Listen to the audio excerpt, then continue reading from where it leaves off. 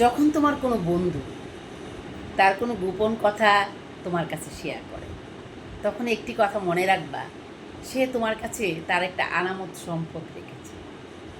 কারণ আনামত সম্পদ খুঁয়ে খাওয়া যায় না।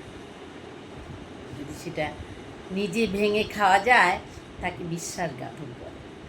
তাই যে মানুষ বিশ্বাস করে তোমার কাছে কিছু রেখেছে, সে বিশ্বাসের মর্যাদা রাখো।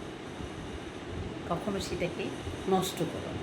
সেটা অর্থ হোক অথবা কোনো কথা বা কোনো আনামত,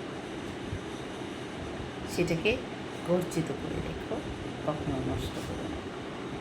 আনামতকারীদেরকে নষ্ট করলে আল্লাহ ক্ষমা করে। তাই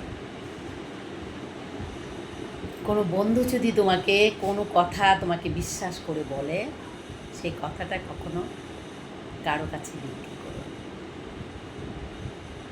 তাহলে বিশ্বাসের অমর্যাদা করা হয়। আর তাকে কি বলে মানুষ জানো? বিশ্বাসঘাতক, বেঈমান।